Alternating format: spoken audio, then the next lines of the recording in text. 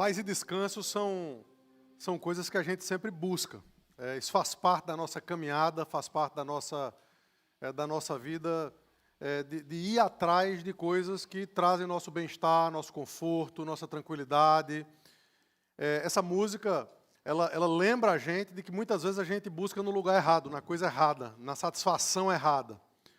A única fonte realmente inesgotável de paz, de esperança, de descanso, de conforto e de consolo é Deus. E Ele se faz revelar de forma corporativa, de forma perfeita, na pessoa de Cristo, no Novo Testamento. Portanto, isso tem tudo a ver com o que a gente vai falar hoje. Vocês vão perceber que os salmistas, na peregrinação, eles desejam isso. Eles querem temer ao Senhor, porque eles sabem que temer ao Senhor vai trazer prosperidade, vai trazer tranquilidade, vai trazer paz. Entretanto, a perspectiva é da gente colocar as coisas no lugar certo. Portanto, diferentemente da maioria dos domingos, onde a gente vê um salmo por domingo, por conta da unidade temática, a gente vai ver 2 salmos hoje. Então, se você puder abrir a palavra de Deus, você que nos visita, nós estamos na caminhada dos cânticos de peregrinação, e hoje a gente vai para o Salmo 127 e 128. Salmo 127 e Salmo 128. Eu vou fazer a leitura desse texto e logo em seguida chamar as crianças aqui à frente. Diz assim a palavra do Senhor. Cântico de peregrinação, de Salomão. Se o Senhor não edificar a casa, em vão trabalham os que a edificam.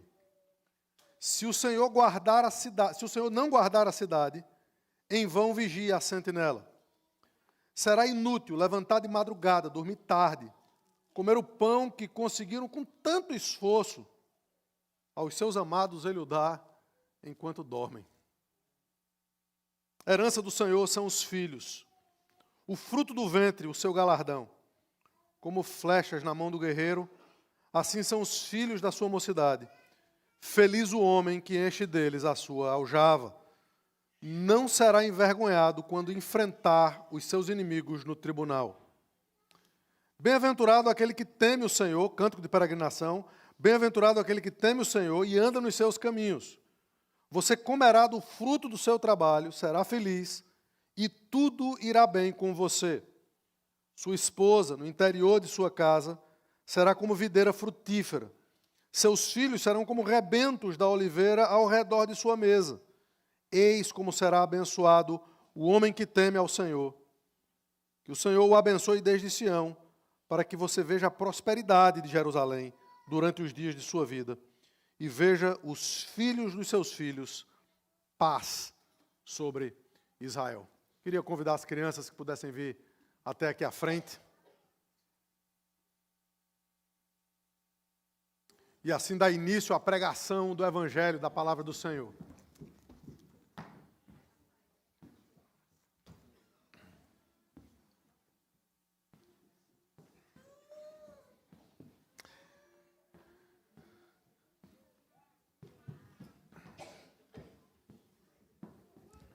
Bom dia, gente.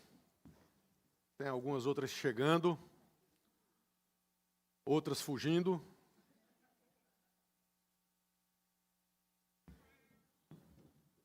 Gente, esse salmo, ele traz uma verdade muito linda, muito bonita e muito esquecida da nossa geração. A nossa geração, o tempo que vocês vivem, é um tempo em que o valor das crianças precisa ser relembrado segundo a palavra de Deus. Aqui, a gente entende isso que o Salmo diz, que os filhos, as crianças, são herança do Senhor.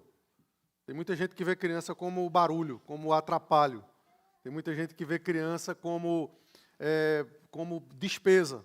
A gente vê criança como galardão, como bênção, como prosperidade, como aquilo que Deus deseja que a gente tenha. É por isso que a gente ama tanto vocês. E uma das coisas que a gente aprende é que nós não somos aquilo que fazemos. Nós não somos aquilo que fazemos. Nós somos aquilo que Deus diz que nós somos. Vocês são aliança do Senhor, são filhos da aliança do Senhor. Vocês são herança.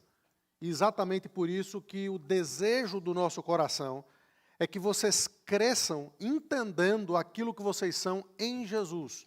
Vocês são separados para a glória dele, para viver uma vida de intimidade com o Senhor Jesus. Esse salmo, ele fala que crianças crescem.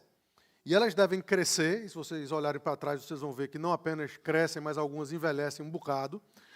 E vocês vão perceber que ao crescer, quando desde crianças nós somos encaminhados no Senhor, a nossa vida e a nossa perspectiva certamente vai ser diferente. É por isso que o nosso desejo é que cada dia da vida de vocês, vocês aprendam a amar Jesus mais do que a qualquer outra coisa nessa vida. Tem muita coisa boa para a gente fazer. Tem muito parque gostoso para a gente ir. Tem muita comida boa para a gente comer. Tem muita festa boa para a gente se divertir. Tem muita coisa boa nesse mundo. Mas nada pode trazer paz e descanso para a gente. Nada pode trazer mais alegria para a gente do que o temor do Senhor, que se aprende desde criancinhas. Por isso que vocês ficam no culto, porque vocês aprendem desde cedo a importância desse local, a importância desse momento, onde o nosso coração, os nossos lábios e a nossa vida aponta para o único lugar onde sempre deve apontar, que é para a pessoa do nosso Senhor e Salvador, Jesus Cristo. E é por isso que eu quero orar com vocês, pedir para que isso seja impresso no coração de vocês. Vocês me ajudam? Deus amado, te louvamos pelo que o Senhor é e pelo que o Senhor fala sobre nós. Como filhos, como crianças, somos herança do Senhor. Somos povo da aliança do Senhor. O Senhor nos ama. Que a gente possa viver de acordo com esse amor. Em nome de Jesus. Amém. Podem sentar lá, queridos. Deus abençoe vocês.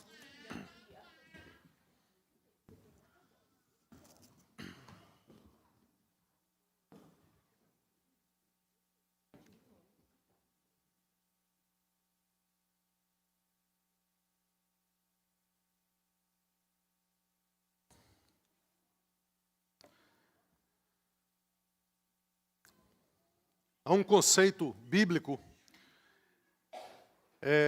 chamado de graça comum. Não sei se todos já ouviram falar, mas eu vou tentar explicar um pouquinho para vocês o que é a graça comum. A graça comum é o fato de que Deus, Ele ama as pessoas independentemente da sua religião, independentemente daquilo que elas creem, de uma forma geral. É por isso que o sol, ele nasce sobre justos e injustos. Por isso que justos e injustos têm prosperidade, têm dinheiro, têm alegrias, têm coisas boas nessa vida. E crentes e não crentes também passam por dificuldade, passam por lutas. Mas o conceito de graça comum também é aplicado a verdades.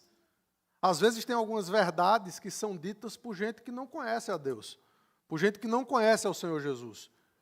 E elas não deixam de ser verdade por conta disso.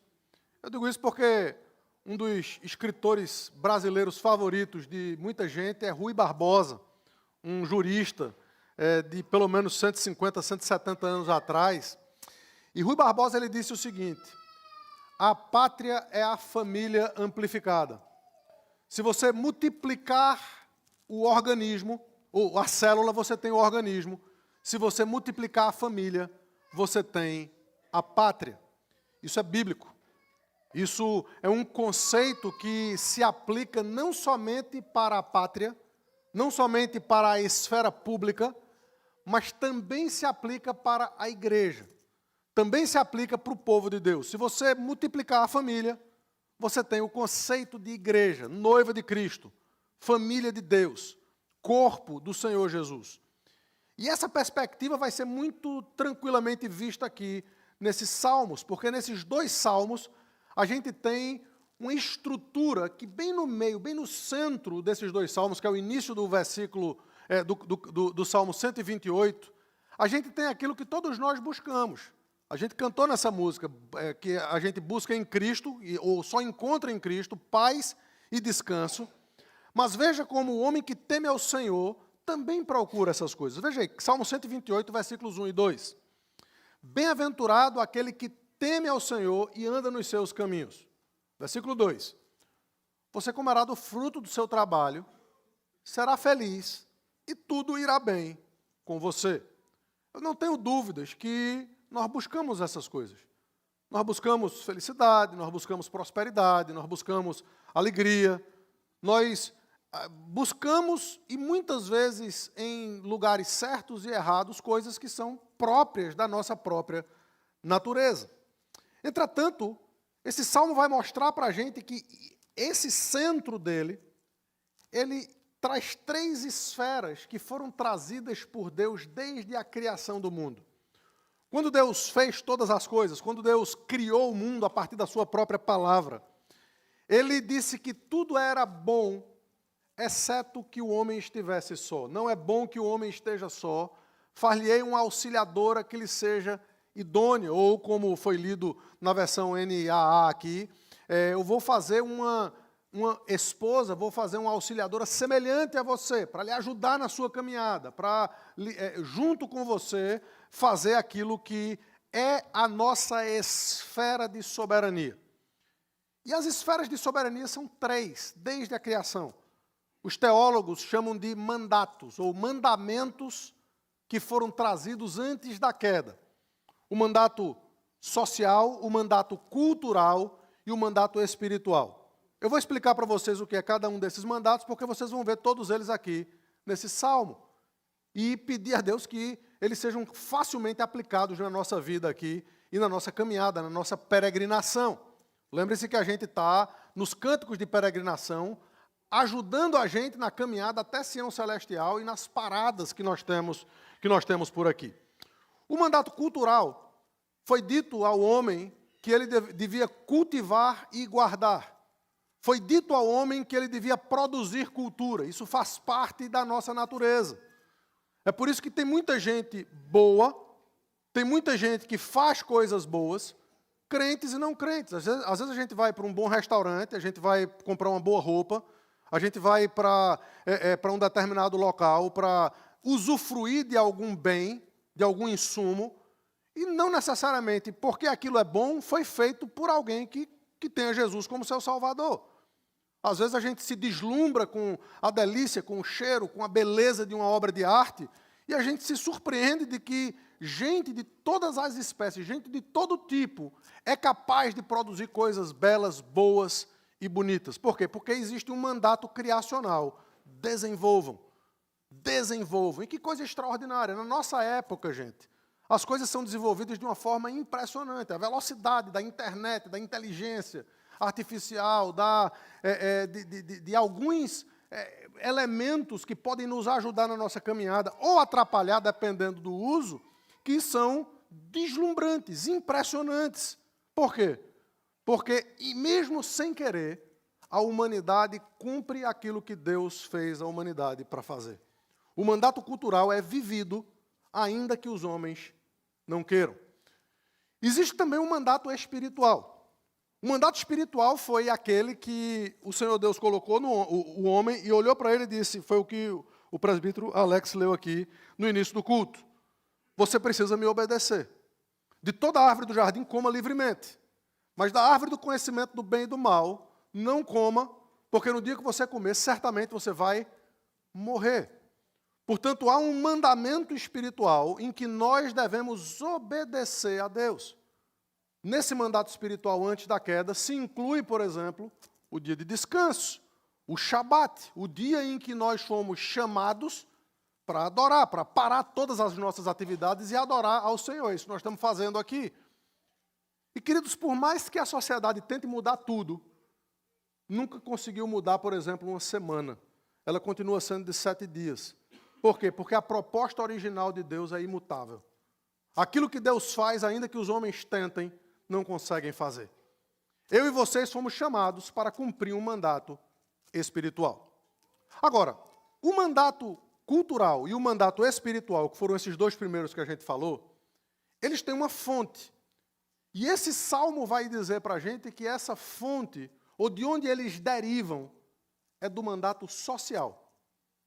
Ou seja, igreja e Estado, igreja, mandato espiritual, aquilo que eu devo fazer, o dia que eu devo descansar, a obediência que eu preciso fazer a Deus, e o cultivar e guardar e viver como cidadão nesse mundo, derivam do primeiro relacionamento criado por Deus. Não é bom que o homem esteja só. E a partir desse relacionamento, de homem e mulher, de um marido e de uma esposa, todos os outros relacionamentos derivam. Foi a partir de Adão e Eva que vieram os filhos. Foi a partir dos filhos que vieram os trabalhos. Foi a partir dos trabalhos que vieram os desenvolvimentos. É por isso que a gente tem tantos relacionamentos interpessoais. É entre amigos, é entre colegas de trabalho, é entre sócios, é entre familiares. A gente tem até que se relacionar com a sogra, por exemplo. Isso faz parte do mandato social de Deus. Mas tudo começa em casa. Tudo começa em casa. Tudo começa naquela esfera extraordinária. A partir da casa, a igreja e a sociedade são nutridas. E a gente vai ver isso claramente aqui nesses dois salmos. Por quê? Porque quando a sociedade toma o controle, quando o governo toma o controle de todas as coisas, ou quando as famílias dependem dos governos, a gente abre espaço para todo tipo de desmando. A gente abre espaço para todo tipo de despotismo. A gente abre espaço para todo tipo de tirania. Por quê? Porque os governos não foram feitos para controlar. O mesmo conceito se aplica à igreja. Quando a igreja toma o controle, quando as pessoas são dominadas pela igreja, quando as pessoas são dominadas por qualquer esfera religiosa que seja, ou quando as famílias dependem da igreja, seja lá por que razão for, seja física, emocional, espiritualmente, quando há essa dependência da igreja, abrimos espaço, queridos, para a opressão espiritual. Muitos ministérios e muitos pastores, eles terminam tomando conta de coisas que não fazem parte da sua esfera. Terminam dizendo a famílias algumas coisas que não fazem parte da sua alçada. E nós precisamos entender que a soberania do homem, ela se inicia a partir daquilo que ele vive na sua própria casa. Porque quando a família é forte, livre e responsável, tanto pela igreja, quanto pela boa cidadania nesse mundo, a gente vai compreender o que esses salmos ensinam de como deve ser a nossa caminhada peregrina. O primeiro local, ou o primeiro versículo que a gente vai entender aqui, é o versículo do Salmo 127, logo na sua abertura, logo no primeiro versículo. A família é estabelecida aqui como base da igreja. Veja o versículo 1. Se o Senhor não edificar a casa, em vão trabalham os que a edificam. E aqui a gente precisa explicar teologicamente por quê ou o que é que isso tem a ver com a igreja. A primeira coisa é que a gente está numa nova dispensação, a gente está num Novo Testamento. No Velho Testamento, o conceito de igreja era o templo, era o povo de Israel. E essa palavra casa aqui, por conta do contexto do Salmo, algumas pessoas pensam que Salomão está falando especificamente da família, do lar. Entretanto, ele vai falar do lar depois, mas aqui ele está falando da casa que ele edificou. A mesma palavra, a palavra Beth, de onde vem Bethlehem, ou Belém, casa do pão, é a palavra utilizada por Salomão aqui no início. Se o Senhor não edificar a casa, a Beth. Mesma palavra utilizada lá em 1 Reis, capítulo 8, quando Salomão faz uma das orações mais bonitas da Bíblia, na minha compreensão. Quando ele está dedicando o templo, quando ele recebe do seu pai Davi tudo aquilo que estava prontinho para que o templo fosse construído, e ele então bota o povo para trabalhar. E é muito trabalho, é muito sacrifício, é muita madeira, é muita pedra preciosa, é muita gente fazendo coisas de arte, é muito tecido, são muitos detalhes, e o povo está ali edificando a casa. E Salomão ora dizendo assim: Senhor, será que o Senhor moraria ou habitaria na terra? E ele complementa dizendo, acredito que no versículo 27 ou 28 de 1 Reis 8, ele diz assim: ora, se nem os céus e nem os céus dos céus são capazes de te conter. Quanto mais essa Beth, essa casa que eu te edifiquei. Algumas versões traduzem como templo, mas a palavra aí, nas versões mais antigas, é casa. Ou seja, o templo, é verdade a tradução, ele está falando sobre o templo, mas a palavra que Salomão usa é casa. A mesma palavra que ele utiliza aqui. Por quê? Porque o povo estava edificando a igreja. O povo estava edificando a casa de Deus. O povo estava edificando aquilo que no futuro apontaria para uma pessoa. E só quando Jesus ressuscita da cruz do Calvário é que a gente vai entender o conceito de templo. Aliás, os discípulos também só entendem depois que Jesus ressuscita. Não sei se vocês lembram de uma conversa lá no início de João, quando Jesus chama os discípulos, está ali dentro do templo, e ele bota os vendilhões para fora, e aquela confusão toda, chicote para todo lado. E aí Jesus diz, olha, vocês vão destruir essa casa, vocês vão destruir esse templo, mas em 3 dias eu vou reconstituí-lo. Eu vou reconstruir. E aí eles ficam pensando, Jesus é doido. São quantos anos aqui? São 46 anos que a gente está tentando reconstruir um pouquinho e a gente ainda não terminou. Como é que esse homem está dizendo que ele vai reconstruir o templo em 3 dias? E o texto de João diz que depois que Jesus ressuscitou dos mortos, os discípulos entenderam que ele estava falando do templo ou da casa do seu próprio corpo. Ele estava falando acerca de si mesmo. E na dispensação do Novo Testamento, queridos, aquilo que era o povo de Deus na Antiga Aliança é a igreja do Deus vivo, somos eu e você. E quem é que edifica a igreja? Não são os trabalhadores. Hoje eu cheguei aqui cedinho e vi muita gente trabalhando, dando duro, dando pesado, para que as coisas pudessem estar minimamente em ordem aqui, para que a gente pudesse cultuar a Deus. É muita gente trabalhando e edificando a casa, e nós louvamos a Deus por isso.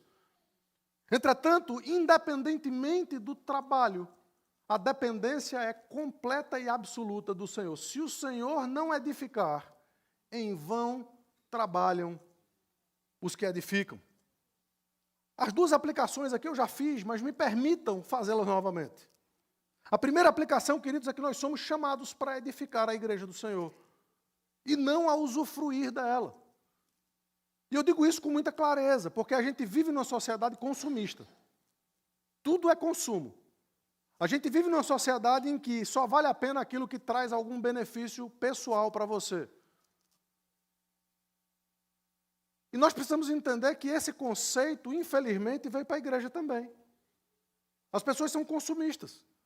As pessoas querem aquilo que lhes agrade o coração. O culto que lhes agrade o coração. A estrutura que lhes agrade o coração. E, infelizmente, ou felizmente, para quem segue as Escrituras, esse não é o caminho da palavra de Deus. O caminho da palavra de Deus é que nós só temos a consciência de existir um dono dessa casa. E o dono dessa casa é o Senhor Jesus. A casa é dele, a obra é dele, a igreja é dele. E é ele que precisa estar satisfeito. É ele que precisa estar satisfeito. Daqui a pouco a gente vai falar um pouco sobre alguns detalhes aqui. Crianças é um deles. Crianças é um deles, a gente louva a Deus pelas crianças aqui na igreja. Mas o fato é que tudo que a gente faz porque ele merece. A gente faz porque ele é o dono de todas as coisas.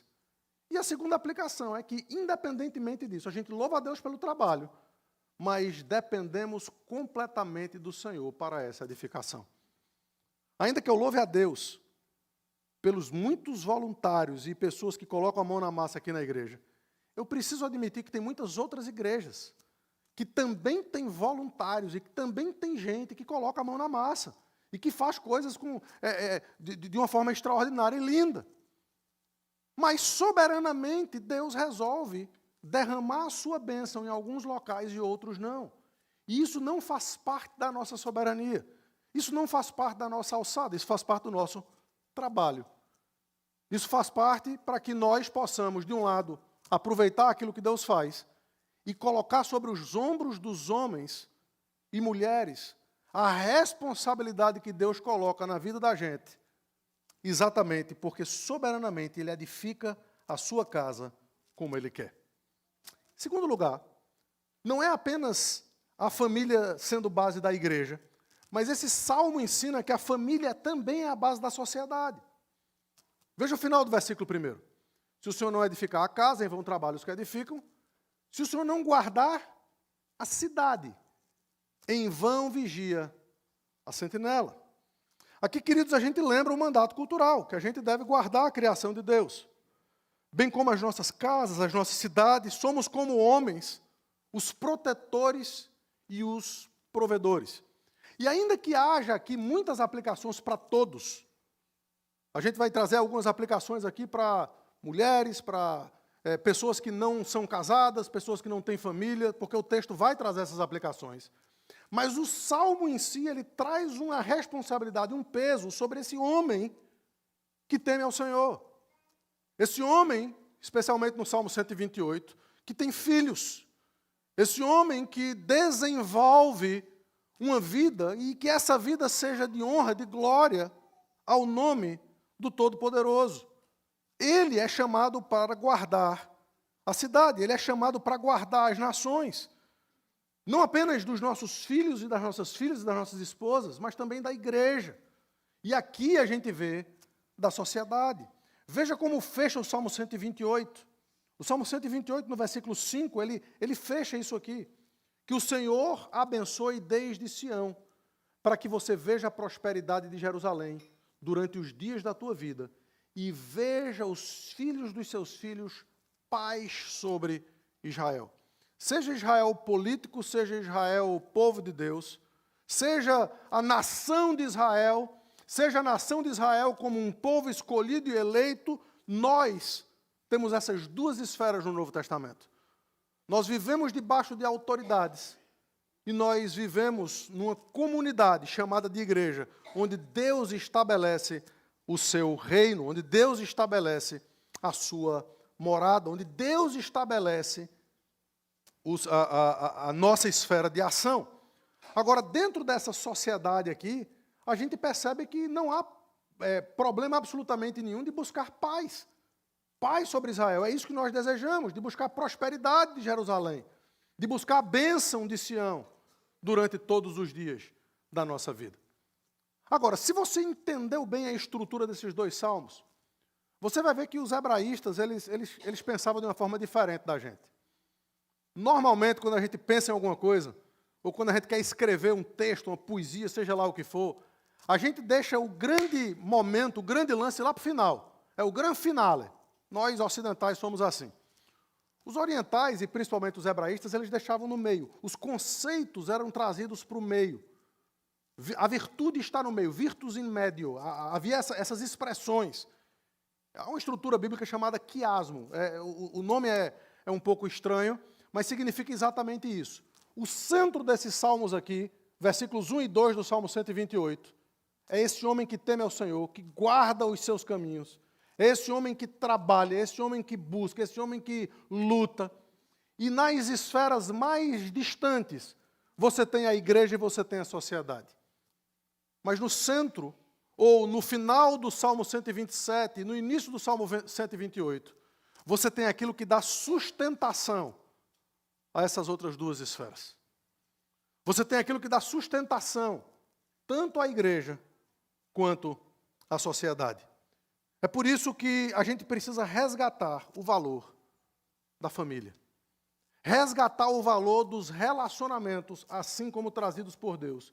E assim como a nossa sociedade e o sistema deseja que falhemos. Certamente a instituição mais atacada pelo inimigo é a família.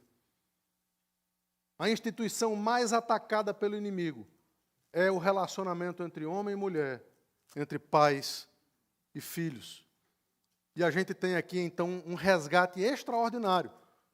Porque resgatando isso, a gente resgata a igreja e a gente resgata a sociedade. Se a nossa família estiver, ou se as nossas famílias passarem a viver aquele padrão bíblico estabelecido na criação, tanto a igreja quanto a sociedade vão se beneficiar disso. Porque famílias fortes, homens fortes, vão fazer absolutamente aquilo que está no centro da vontade de Deus. A imagem do homem aqui no versículos 1 e 2, que teme ao Senhor, é muito linda. Note, queridos, que não há espaço para preguiça, para dependência de outros, para terceirizações. Eu vou ler novamente.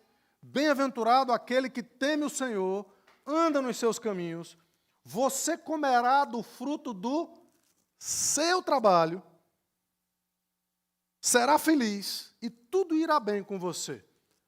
A gente vive hoje numa sociedade em que nos ensinaram que o bom é quando a gente ganha sem trabalhar.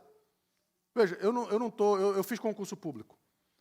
Eu não estou aqui indo contra as esferas sociais.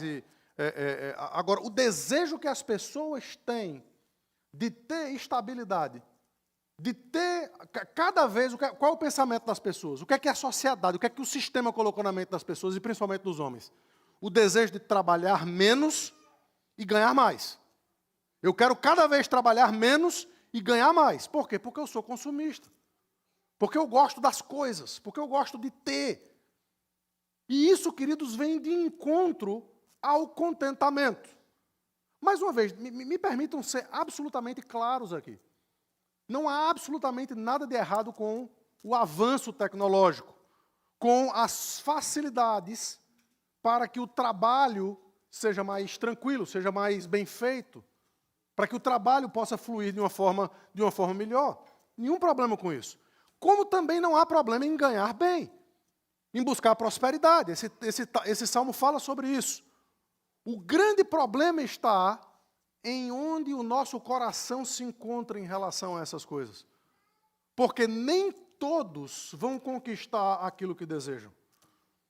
A providência e a soberania de Deus, ela é diferente para determinadas igrejas, sociedades e famílias. É por isso que existem igrejas grandes e pequenas. É por isso que existem países grandes, ricos e pobres. É por isso que existem famílias que trabalham, famílias que empreendem. Por quê? Porque Deus fez pessoas diferentes para que o mundo possa girar, para que as coisas possam funcionar. A nossa sociedade tenta fazer com que todo mundo pense do mesmo jeito, fazer com que todo mundo queira a mesma coisa. E o que tem gerado? Insatisfação, incerteza, chatice, divisão. O que tem gerado é exatamente o oposto daquilo que a gente vê aqui. Um homem e uma mulher no interior da sua casa, cheio de menino ao redor da mesa, tudo lhe irá bem, contentamento, satisfação, simplicidade. Por quê? Porque as pessoas nunca estão satisfeitas com aquilo que Deus tem para elas. E a gente precisa mudar isso urgentemente, queridos.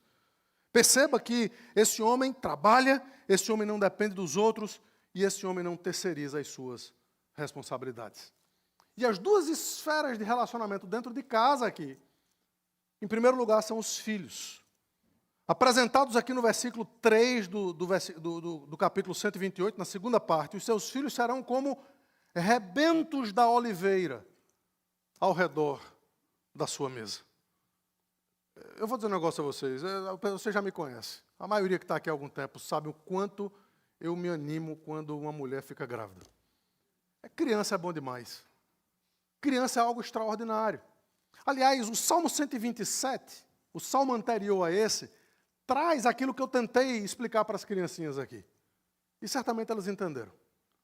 Os filhos, veja aí, versículo 3. A herança do Senhor são os filhos, o fruto do ventre, o seu galardão. Queridos, não caiam naquilo que o nosso tempo tenta vender. Que criança traz despesa, que criança traz atrapalho de planos. Não caiam na ideia de que criança, ela traz precisamente o contrário daquilo que a palavra de Deus explica que ela traz. Prosperidade, alegria, paz. A gente, na nossa igreja, ama as crianças. Elas participam do culto. Tem gente que reclama disso. Deixa eu dizer um negócio para vocês. Existem muitas igrejas que não têm crianças, que não tem barulho, que não tem chorinho. Por quê? Porque elas estão morrendo. Porque elas estão tão investidas em si mesmas. Elas estão tão cheias de si, que elas estão perdendo aquilo que Deus as chamou para fazer desde a criação. Cresçam, multipliquem. A aliança de Deus, queridas, não é apenas conosco, mas é conosco e com os nossos filhos. Eles são herança do Senhor. Eles são o nosso galardão. E é impressionante como mais na frente, eles servem como uma aposentadoria também. Veja se não é isso que o texto diz. Versículo 4. Como flechas na mão do guerreiro são os filhos da sua mocidade. Feliz o homem que enche deles da sua aljava, não será envergonhado quando enfrentar os inimigos no tribunal. Perceba que os filhos crescem e eles passam a ser um asset. Eles passam a ser força de trabalho, eles passam a ser parceiros. Eles dão trabalho, o que dão. Mas é um trabalho, queridos, que é um grande investimento. Um investimento para que quando eles crescem, eles possam continuar aquilo que foi iniciado em casa. É por isso que essa imagem do guerreiro e da flecha. Perceba, o homem enche deles a sua aljava, o guerreiro. E o que é que o guerreiro precisa fazer com a flecha? Precisa, antes de lançar, precisa afiar. O guerreiro afia a flecha para depois lançar a flecha. É por isso que os filhos não são o nosso relacionamento principal. O nosso relacionamento principal a gente vai ver daqui a pouco. Mas os filhos, eles são colocados debaixo da nossa alçada para que nós os afiemos, a gente não terceiriza, a gente mesmo afia os nossos filhos para lançar contra o coração do inimigo, contra o coração do sistema. Para que eles possam vencer, juntamente com o exército de Cristo, ao reino inimigo, e as portas do inferno não vão prevalecer contra a igreja que avança. Os filhos, eles são exatamente esse exército. É por isso, queridos, que nós amamos as crianças, amamos a herança que o Senhor traz para nós. Agora, no capítulo 128, versículo 3, eles são considerados aqui como rebentos da oliveira ao redor da mesa. E a oliveira é um dos dois grandes produtos agrícolas de Israel. Trazendo o óleo, trazendo a unção, trazendo o combustível, trazendo prosperidade, trazendo iluminação, trazendo prensa, trazendo saúde. O óleo servia para muita coisa naquele tempo. É por isso que esse filho serve para muita coisa. São pequenos escravinhos que a gente tem para poder fazer muita coisa para a gente. É bênção. É bênção do Senhor. Depois corta essa parte no vídeo. Mas, queridos, vocês vão perceber que o Salmo dá uma guinada quando fala do nosso relacionamento principal. Esse homem, ao redor da mesa com seus filhos, ele tem do seu lado essa auxiliadora idônea. Ele tem do seu lado essa mulher, aí no versículo 3, sua esposa, no interior da sua casa, será como videira frutífera. Aqui a gente tem o outro produto de Israel. É o produto que traz o vinho. É o produto que, prensado, traz doçura, traz alegria, traz paz, traz sustentação, traz estabilidade. É por isso que uma esposa edifica a sua casa. É por isso que uma esposa que teme ao Senhor, ela vale mais do que qualquer outra coisa nesse mundo. É por isso, queridos, que nós precisamos investir no nosso principal relacionamento, e a sociedade vai contra isso. A sociedade tem feito com que a gente dispute uns com os outros, dispute posição, dispute liderança. A sociedade tem feito com que cada um pense em si como sendo a última fonte de prazer, a última fonte de proteção, a última fonte de provisão. E quando nós abrimos mão, queridos, daquilo que Deus estabeleceu desde a criação, porque o Deus que estabeleceu a semana com 7 dias, foi o homem que estabeleceu homem e mulher com seus papéis distintos, para que eles possam viver de forma complementar e linda, trazendo essa paz. Veja, a coisa mais importante que essa sociedade precisa ver não é a próxima grande conferência que a gente vai fazer na nossa igreja. Não é a próxima plantação de igreja que a gente vai fazer, seja lá onde for. Não é a próxima viagem missionária. Não é, queridos, não é a gente conseguir de uma forma extraordinária ter uma TV aqui dentro, seja lá o que for. A coisa mais extraordinária, a coisa que o diabo mais treme, é quando um homem ama uma mulher, ama os seus filhos e vivem na simplicidade de ter Cristo como a terceira dobra desse lar, vivendo e fazendo todas as coisas para que a partir da família bem estruturada, igreja e sociedade sejam nutridos. Vocês, se viverem esse caminho, vocês vão ser os piores inimigos de Satanás. E posso dizer um negócio a você? Tem nada melhor do que ser inimigo de Satanás. Não tem nada melhor do que fazer aquilo que ele odeia, aquilo que ele detesta. O grande problema é que ele é tão sagaz que ele coloca no coração da gente, de uma forma muito sutil, alguns desejos e algumas prerrogativas que terminam maculando a nossa forma de pensar. Que terminam trazendo para homens uma efeminização. Não no sentido mais puro da palavra, mas no sentido de vestir as calças mesmo.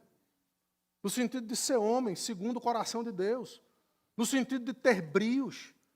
No sentido de trazer para si a responsabilidade do culto, a responsabilidade da estrutura do lar, de trazer para si a responsabilidade e não terceirizar, não jogar nas costas, como Adão fez. A grande diferença, queridos, entre Adão e Cristo se reside exatamente aí. Quando a mulher fez alguma coisa, o miserável do Adão também tinha feito. E ele disse, foi a mulher que tu me destes por esposa. Agora, Cristo, que não tinha feito, ele tem como esposa a igreja. Ele tem como esposa a mim e vocês, pecadores, traidores, desgraçados, mentirosos. Nós somos absolutamente tudo aquilo que quebra os mandamentos do Senhor.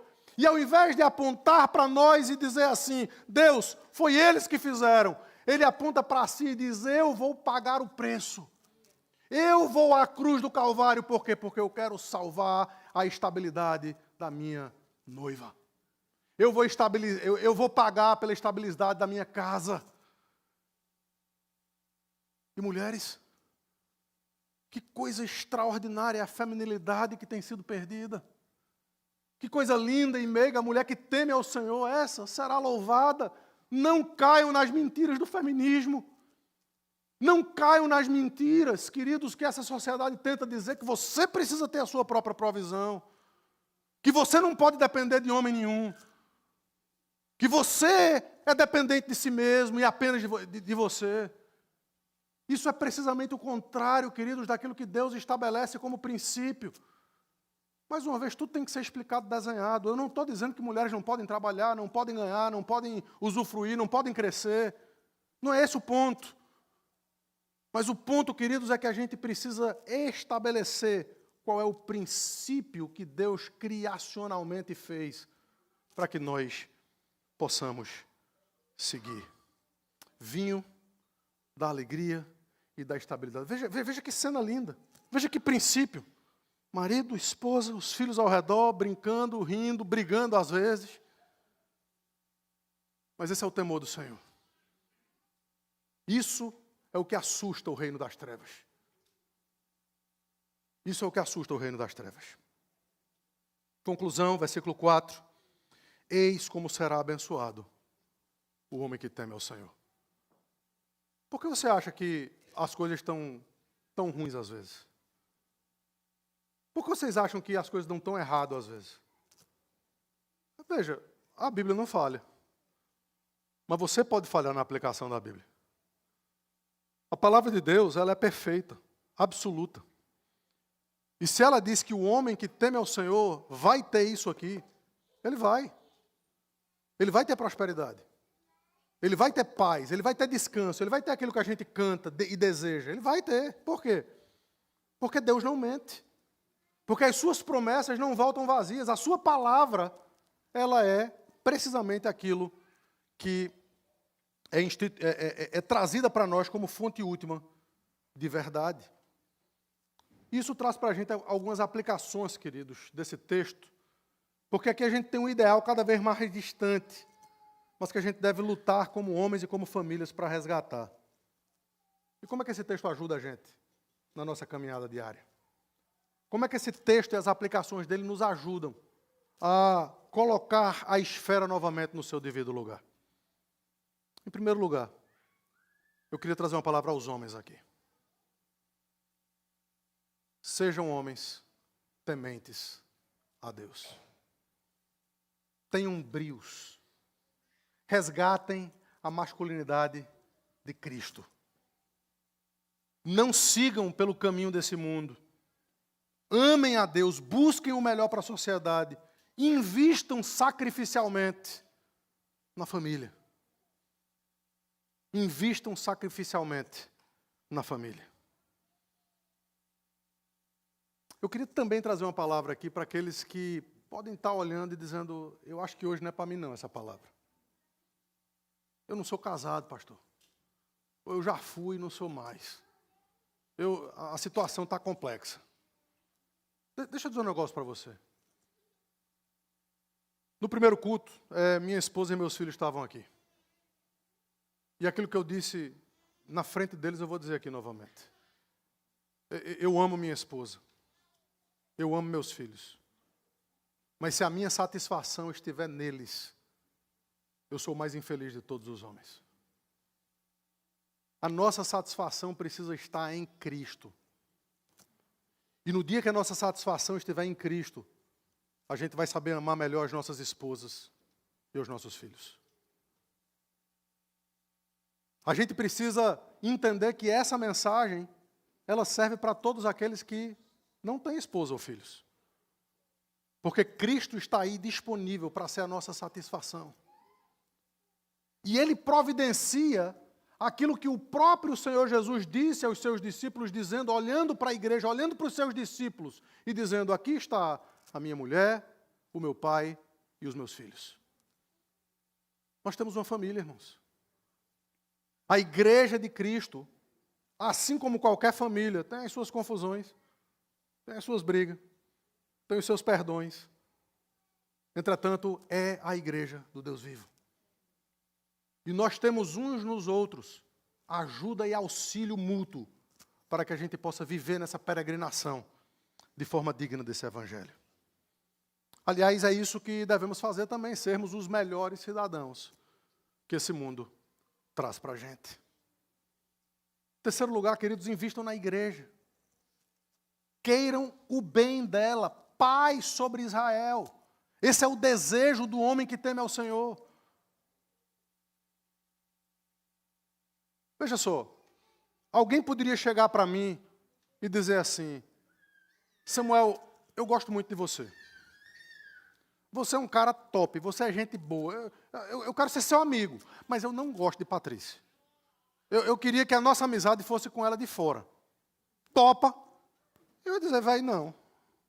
Sai da minha frente. Eu não quero nem conversa. Se você não gosta de minha esposa, se você não gosta daquela que eu amo, daquela que faz brilhar os meus olhos, se você não quer estar perto daquela por quem eu entrego a minha vida, eu não quero estar perto de você. E vocês não acham que Cristo é do mesmo jeito, não, com a sua noiva? Porque tem gente que faz a mesma coisa com a igreja. Eu amo a Cristo, mas eu falo mal da igreja. Eu amo a Cristo, mas eu vou aproveitar todas as oportunidades para mostrar como a noiva dele é uma tragédia, é uma desgraça. Queridos, não caiam nessa. E invistam na igreja de Deus como quem quer a sua paz, como quem quer o desejo. E aí o estabelecimento local é aquilo que Deus estabeleceu para que a gente possa viver esse evangelho da forma mais digna, mais linda e mais extraordinária. Quase último lugar. Descansem no Senhor. Se tem alguém notando aí, ou anotando os versículos, Percebeu que a gente pulou um deles aqui. Mas é porque ele vai ser trazido agora na aplicação. Versículo 2 do Salmo 127 diz assim: será inútil levantar de madrugada, dormir tarde, comer o pão que conseguiram com tanto esforço. Aos seus amados ele o dá enquanto dormem. Ou, numa melhor tradução, enquanto sabadam, enquanto descansam. Esse texto não pode contradizer o restante do Salmo, que diz que o homem que teme ao Senhor trabalha, levanta cedo, come o pão que penosamente granjeou. Ele dorme tarde, ele investe, ele luta, ele sua. Ele tem ânimo para isso. Mas ele entende que o coração dele precisa estar descansado no Senhor. E tem muita gente, querido, que não consegue descansar no Senhor, porque permitem que os problemas se agigantem na sua mente e no seu coração. Permitem que o não confiar no Senhor domine de tal forma a sua alma e a sua vida, que eles terminam achando que podem e devem resolver as coisas pela força do seu próprio braço. Não sigam por esse caminho. Trabalhem duro, levantem cedo, voltem tarde, busquem, lutem, conquistem, mas dependam completamente do Senhor. Descansem completamente no Senhor, porque enquanto nós descansamos nele, ele dá, ele prospera. O grande problema é que o nosso coração ainda não entendeu que essa semente, essa salvação e essa providência são exatamente essa nossa dependência e descanso no Senhor. Porque, por fim, queridos, foi isso que o próprio Cristo propiciou para a gente na cruz do Calvário. Há 2000 anos atrás, Ele trouxe para homens, mulheres, crianças, para gente de toda língua, povo, raça e nação, um exemplo de um homem que verdadeiramente temia o Senhor, que andava nos seus caminhos, que amava a sua esposa, que dava a vida pelos seus filhos. E ao morrer naquela cruz, ao consumar a ira de Deus por conta dos nossos pecados, Ele estava trazendo a mim e a vocês para uma novidade de vida. É por isso que você está sendo convocado e convidado nessa manhã a mudar a sua perspectiva em relação a como você lida com família, com igreja e com sociedade. Para que o temor ao Senhor seja o centro e que você possa usufruir de momentos muito bonitos e leves. A gente vive numa cidade em que as pessoas vêm tirar férias. Isso é piada, tá? Só que essa piada ela é muito verdadeira. As pessoas vêm tirar férias aqui e vêm usufruir e desfrutar de muitas coisas bonitas que a gente tem aqui. Parques, churrasquinho na beira do rio. E muitos de nós não estão conseguindo sequer usufruir das coisas boas que o lugar que a gente está propicia, porque a gente está com foco no lugar errado. A gente só pensa em trabalho, em dinheiro. É um frenesi, é uma loucura. A gente só pensa nas boas notícias que a gente quer ouvir. A gente só pensa nas respostas que a gente quer ter. E a gente se esquece que a melhor notícia já aconteceu. Jesus Cristo morreu. E Ele morreu por gente pecadora como eu, como vocês. Se você não tem conseguido viver isso, renove o seu empenho de viver de forma digna desse Evangelho hoje. E se por algum motivo você está aqui e não conhece a Cristo como Salvador e Senhor da sua vida, que seja essa manhã, a manhã em que você entrega completamente a sua vida a Ele.